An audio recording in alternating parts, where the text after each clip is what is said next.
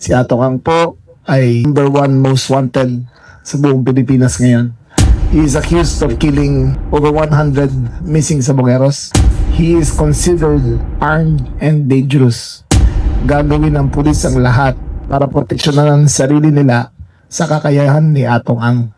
Ang DILG po ay maglalagay ng 10 milyong pisong patong para sa kanyang aresto.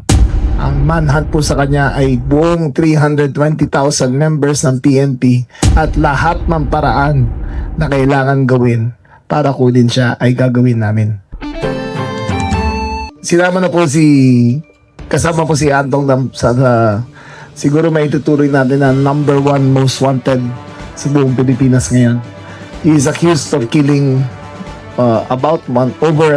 maybe about 100 over 100 missing Sabogueros. And he is considered armed and dangerous. Kahit sabihin na na-cancel ang kanyang firearms, si Atong po ay bumibiyahe nang hindi kumukulang ng 20 ang bodyguard lagi. Sanay po yan sa marahas na pagharap sa mga otoridad. Sanay po yan sa marahas na paraan para masolusyonan ang kanyang mga problema. So we consider them armed and dangerous. Ibig sabihin, gagawin ng pulis ang lahat para proteksyonan ang sarili nila sa kakayahan ni Atong Ang. Si Atong Ang po ay ang manhunt po sa kanya ay buong 320,000 members ng PNP ay hahanapin siya sa buong Pilipinas. At lahat ng paraan na kailangan gawin para kunin siya ay gagawin namin. Pero may garantisya po kami na walang EJK. Wala pong extrajudicial killing na plano ang PNP. Mag-iingat lang po ang ating mga kawal na hindi sila masaktan sa pagkuha kay Atong Ang.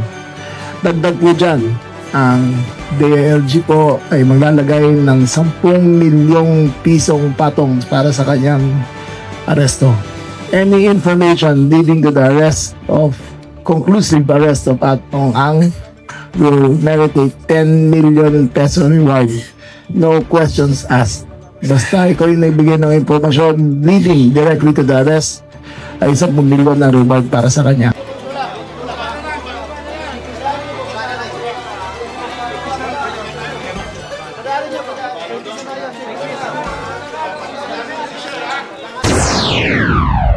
Yan ang ating Bravo Balita. Salamat sa panonood.